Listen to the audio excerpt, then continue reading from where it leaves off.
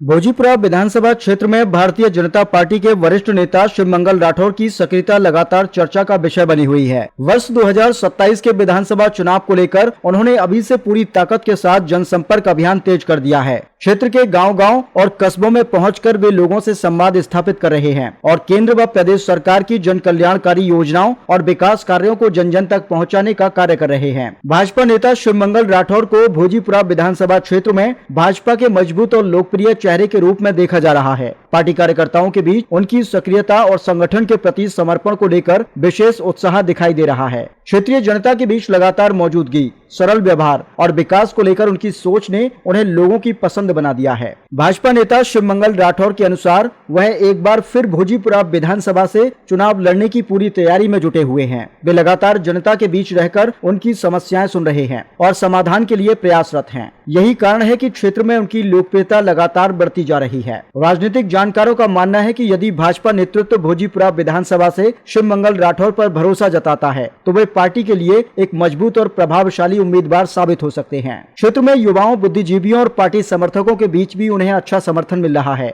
भोजीपुरा विधानसभा में बढ़ती राजनीतिक सक्रियता के बीच शिवमंगल राठौर का नाम प्रमुख दावेदारों में तेजी से आगे उभरकर सामने आ रहा है। आदाब, मैं शफी, आप देखें समाचार भारत।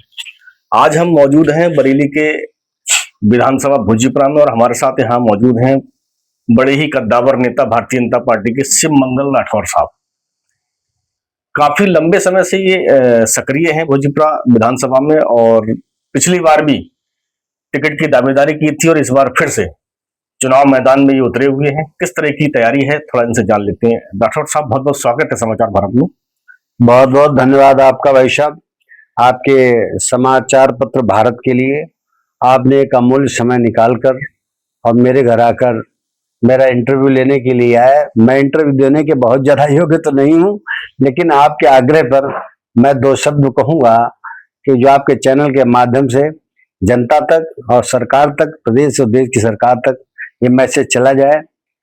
मैं संगठन का व्यक्ति होने के नाते मैं जो भी बोलूंगा संगठन की तरफ से ही बोलूंगा और भारतीय जनता पार्टी के सपोर्ट में बात करता हूं। ये मेरी भारतीय जनता पार्टी है, हमारे परिवार की पार्टी है और परिवार के साथ जुड़ के आज तक काम करते और करते रहेंगे। राठौर साहब, सबसे पहले टिकट की बात करते हैं। 2027 आगामी चुनाव बहुत जल्द आ चुका है, लोग तैयारी कर चुके हैं। कहीं ना कहीं टिकट की दौड़ में बहुत सारे लोग हर विधानसभा से हैं और आप भी भोजीपुरा विधानसभा से टिकट की दौड़ में हैं। 2027 के टिकट को लेकर आपकी कितनी मजबूती है? अगर व्यक्तिगत तौर पे आप इस पत्र का आपके समाचार भारत के माध्यम से जानना चाहते हो तो बता रहा हूं आपको। टिकट मांगने का अधिकार तो हर व्यक्ति को होता है, उनमें मैं भी एक हूं और मैं चाहता हूं जो भारतीय जनता पार्टी है वो किसी को भी टिकट दे, हमें दे या किसी और पदाधिकारी को टिकट दे, वो सोच समझ के टिकट देगी और बड़े योग्य हमारे पदाधिकारी हैं। और मैंने 2022 में भी टिकट मांगा, तब भी हमें टिकट अगर पार्टी नहीं दिया, लेकिन पार्टी के लिए आज तक हम लगातार प्रयासरत काम कर रहे हैं और करते रहेंगे। और 27 में भी मैं अपनी टिकट की दावेदारी की है। और ये एक शिष्टाचार ऐसा होता है कि कोई भी पदाधिकारी है अगर वो क्षेत्र में काम करता है तो अपने हक अधिकार की तो बात करता है। और ये पार्टी का विषय है, शीर्ष नेतृत्व का विषय, वो किसको पार्टी टिकट देती है। और रही भोजीपुरा की बात, भोजीपुरा एक ऐसा क्षेत्र है जहां तक जन जन तक हम पहुंचे हुए हैं। ऐसा कोई गांव, सड़क, रोड, घर नहीं है जहां तक मुझे लोग जानते नहीं है और हर के दुख तकलीफ सुख में हम जाते आते रहते हैं। शहर से लगी हुई विधानसभा है, अक्सर लोग मेरे यहाँ आते हैं, मैं उनका सम्मान करता हूँ। जब मैं वहां जाता हूँ तो वो भी लोग मेरा सम्मान करते हैं। ये पब्लिक का अपना रुझान है कि भाई शिवमंगल सिंह राठौर टिकट मिलता है तो सपोर्ट करेंगे, बाकी पार्टी के लिए सपोर्ट करेंगे। व्यक्तिगत रुझान उनका हो सकता है और इसीलिए मैं आग्रह करता हूं पार्टी से भी और जनता से भी, अगर मुझे मौका मिलता है तो आप मुझे सेवा का अवसर दें। एक सवाल छोटा सा मेरा ये रहेगा, 2022 में भी आपने अपना दमखम दिखाया था टिकट को लेकर और कहीं ना कहीं क्षेत्र में की जनता में तो था ही आपका नाम। अब क्या लगता है, क्या 22 जैसा रुझान रहेगा या कुछ बदलाव आएगा? देखिए, 22 में तो ऐसा था कि मैं शुरुआती दौर में मैं बहुत कम जगह तक पहुंच पाया था और मैं घर घर नहीं पहुंचा था, लेकिन 22 से लगातार अभी तक हम किसी दिन भी अगर बरेली में रहते हैं तो अपने क्षेत्र में हम रहते हैं। कि आप संगठनात्मक कार्य करते हैं पार्टी की तरफ से जो दिया जाता है, और जो पार्टी की तरफ से जो मेरे पास समय जो बचता है वो मैं सारा कार्य में क्षेत्र में अपना लगाता हूँ। इसलिए जनता मुझे चाहती है। और 27 में एक माहौल बना हुआ है, और हम क्या, आप सर्वे करा लीजिए, पार्टी भी सर्वे कराएगी, आप लोग भी सर्वे करते रहते हैं। अगर मुझे अच्छा समझा जाए तो मुझे टिकट पार्टी दे, और आप लोग भी अपनी आवाज को कहीं न कहीं छापते रहते होंगे, बताते रहते होंगे भाई किसका रुझान अच्छा है, और जिसका रुझान अच्छा होगा टिकट उसको मिलेगा। लेकिन मैं व्यक्ति पार्टी कार्यकर्ता होने के नाते, पदाधिकारी होने के नाते अपनी बात तो रख सकता हूँ। टिकट मिलना विषय अलग है। क्षेत्र की जनता से 2022 से अब 2027 आने वाली है, क्या लगातार कंटिन्यू जुड़े रहे थे उनसे? जब से 2021 क्या बहुत लंबा पीरियड हो गया मेरा, 2021 2020 एक लंबा पीरियड हो गया जब से मैंने मन बनाया कि वैसे तो मैं पूरे जिले में कार्य करता हूँ, प्रदेश में जहां भेजा जाता है वहां काम करता हूँ, लेकिन जो भी समय शेष बचता है मैं भोजीपुरा विधानसभा की जनता के लिए देता हूँ, क्योंकि वहां के लोग मुझसे व्यक्तिगत हर बिरादरी का मुझसे लगाव रखते हैं लोग, क्योंकि उनके हर दुख तकलीफ सुख में कहीं भी कोई मैसेज आता है तो मैं वहां खड़ा रहता हूँ। अच्छा, एक छोटा सा सवाल और भी है, किस तरह का राजनीतिक सफर अब तक रहा है और किस तरह के पद रहे हैं अब तक? इससे पहले भारतीय जनता पार्टी में लगभग मुझे करीब लगभग 18 से 20 वर्ष हो गया मेंबरशिप लिए हुए, और 18 से 20 साल करियर में कोई दूसरी पार्टी के बारे में मैंने कभी चर्चा नहीं की। और मैं भारतीय जनता पार्टी, हमारा समाज तो शुरू से भारतीय जनता पार्टी के साथ खड़ा है। हमारे देश के ऐसे यशस्वी प्रधानमंत्री सभी जानते हैं हमारे समाज से आते हैं, और वो सर्व समाज के नेता हैं, राष्ट्रीय नेता हैं और विश्व के नेता हैं। लेकिन हमारा समाज 100% वोट भारतीय जनता पार्टी को देता है, और उन्हीं में से मैं एक हूँ। भारतीय जनता पार्टी पक्का सच्चा सिपाही हूँ। भारतीय जनता पार्टी के साथ ही रह के जीवन आगे का भी कार्यकाल मेरा पूरा करने का मेरा प्रयास रहेगा जीवन भर। मैं भारतीय जनता पार्टी के प्रति वफादार रूप से पहले भी था, आज भी हूँ और रहूंगा भी। टिकट मिलना न मिलना विषय अलग का है। जैसे आपने क्वेश्चन किया कि आपको भारतीय जनता पार्टी कब से जुड़े हैं, तो महानगर में भी मैंने काम किया, यहाँ सेक्टर संयोजक भी रहा, सेक्टर प्रभारी भी रहा, महानगर कार्यकारिणी में मैं सदस्य भी रहा हूँ। एक लंबा कार्यकाल हो गया है, और ऐसा कोई भी पदाधिकारी नहीं जो व्यक्तिगत तौर पर मुझे भारतीय जनता पार्टी का, ये बरेली जिले क्या मंडल की बात करता हूँ, लगभग लोग मुझे जानते हैं और प्रदेश के लोग जानते हैं। बिल्कुल, कहीं ना कहीं पार्टी देखिए लगातार बूथ स्तर पर भी मजबूत रहती है, पार्टी जमीनी स्तर से काम कर रही है। आपने जो अपनी तैयारी की है उस तैयारी में क्या नया किया है, क्या कितने बूथ स्तर पे अपने अपने कार्यकर्ता बनाए हैं? ऐसा कोई बूथ नहीं होगा जहां पे मेरा अपना व्यक्तिगत वोट बैंक और व्यक्तिगत लोग नहीं होंगे।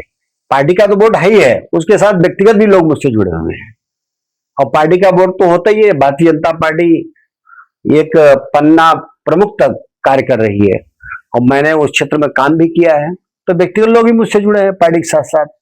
यही पार्टी सर्वोपरि है, संगठन सर्वोपरि हमारे यहाँ है, व्यक्ति विशेष बाद में होता है। जनता से आप मिल रहे हैं, क्षेत्र में जनसंपर्क कर रहे हैं, भ्रमण कर रहे हैं, लोगों से कहीं ना कहीं लगातार आपकी मुलाकात हो रही है कार्यक्रम के माध्यम से, लोगों के वैसे सुख दुख के माध्यम से। किस तरह की जन समस्याएं आपके सामने आ रही हैं? क्या लगता है क्षेत्र में जाते हैं तो किस तरह के लोग आपसे अपनी समस्याएं या क्या बताते हैं? मेरा तो एजेंडा यही रहेगा जो भारतीय जनता पार्टी का एजेंडा है, सबका साथ, सबका विकास, सबका प्रयास।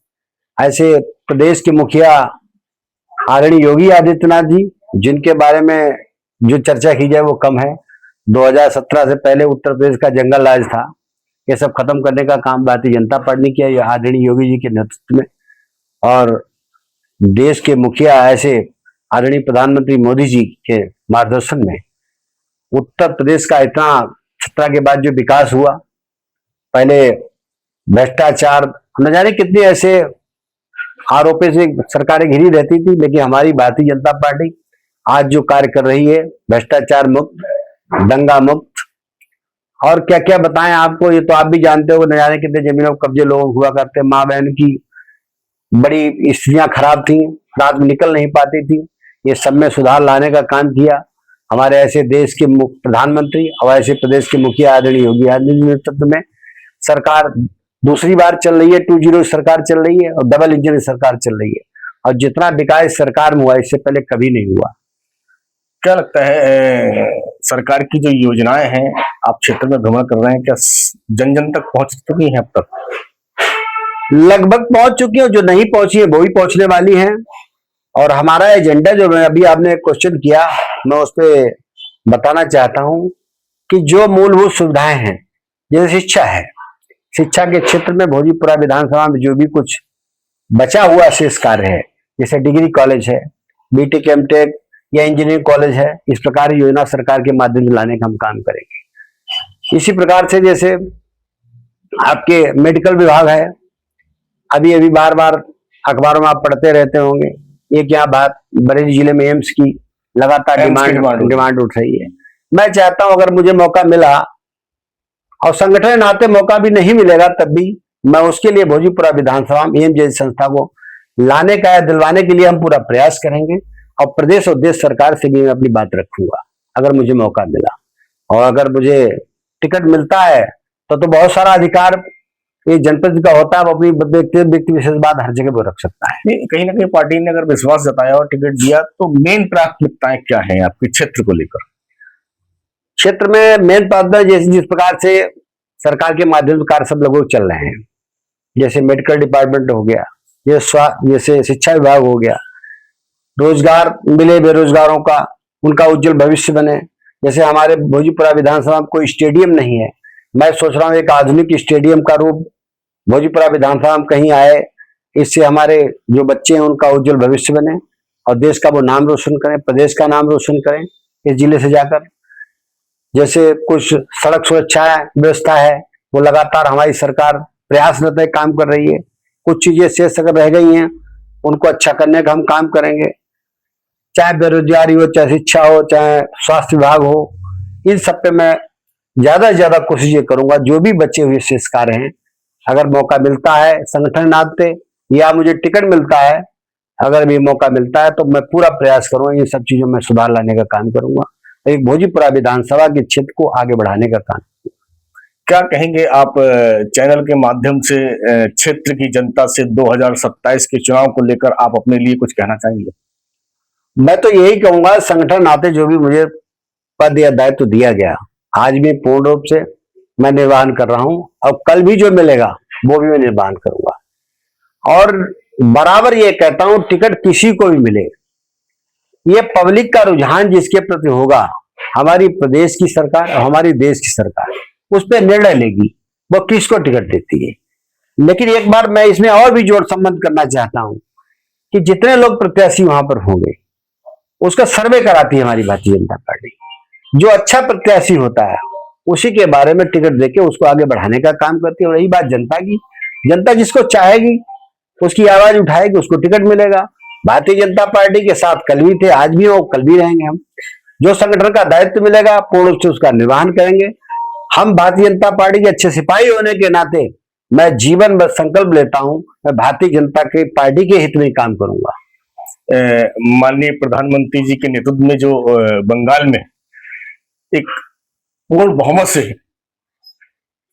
भारतीय जनता पार्टी की सरकार बनी है, सीट निकल के आई है, क्या कहेंगे उस सबको लेकर? जब आप वेस्ट बंगाल की बात करते हैं तो मैं बताता हूं, पूर्ण रूप से वहां का जंगल राज खत्म हो गया है। आज भारतीय जनता पार्टी में अब पूरे देश में खुशी का माहौल है। ऐसे यशस्वी देश के प्रधानमंत्री और ऐसे गृहमंत्री आदरणीय अमित शाह जी और ऐसे शिल्पकार, ऐसे संगठन के सक्रिय कार्यकर्ता जिनके प्रभारी रहे पश्चिम बंगाल के हमारे अभिभावक, हमारे बड़े भाई ऐसे आदरणीय सुनील बंसल जी, और प्रदेश के मुखिया ऐसे आदरणीय योगी आदित्यनाथ जी, जिनका जो वहां गए उन्होंने प्रचार किया। आज पश्चिम बंगाल को कतई बिल्कुल उस करप्शन से और दंगा वाले देश को बिल्कुल सरकारों को हटाने का काम किया। अब आज भारतीय जनता पार्टी की जो वहां पे लहर के कारण जो सत्ता आई है, आज वहां की जनता बहुत खुशहाल अपने महसूस सुरक्षित महसूस कर रही है। ऐसी सरकार बने जिसका पूरी वेस्ट बंगाल के अंदर खुशी की लहर है, पूरे भारतवर्ष में लहर है, पूरे ये चर्चा पूरे विश्व में है कि एक जंगल राज खत्म करके भारतीय जनता पार्टी की सरकार को एक मौका मिला, एक अच्छे कार्य करने का काम किया जाएगा। बहुत बहुत धन्यवाद देता हूं पूर्ण जनता की वहां को, जिन्होंने वोटिंग का 100% हमारी भारतीय जनता पार्टी को एक मजबूत सरकार देने का काम किया। ऐसे पदाधिकारी वहां पे गए जिन्होंने मेहनत की और एक एक सीट पे मेहनत करके भारतीय जनता पार्टी मजबूत करने का काम किया। ऐसे देश के मुखिया के नेतृत्व को बार बार मैं बधाई देता हूं। ऐसे प्रदेश के मुखिया को बधाई देता हूं जिन्होंने इतनी मतलब जनता परेशान थी वेस्ट बंगाल की, उसको आज विकल्प के रूप में एक भारतीय जनता पार्टी ऐसी सरकार मिली जिससे वो अपने आप को सुरक्षित महसूस कर रहे हैं। और बहुत बहुत धन्यवाद देता हूं। देखिए, ये थे हमारे साथ बड़े ही लोकप्रिय नेता शिव मंगल राठौर साहब। इन्होंने कहीं ना कहीं अपने 2027 के चुनाव को लेकर सारी जानकारी दी, किस तरह की प्राथमिकताएं रहेंगी, किस तरह के विकास कार्य रहेंगे और किस तरह की जन जन तक सुविधाएं इन्होंने अब तक पहुंचाई और पहुंचाने का कार्य करेंगे। इसी तरह हम किसी और विधानसभा में मिलते हैं आपके साथ। हमारे साथ बने रहिए समाचार भारत में सबसे।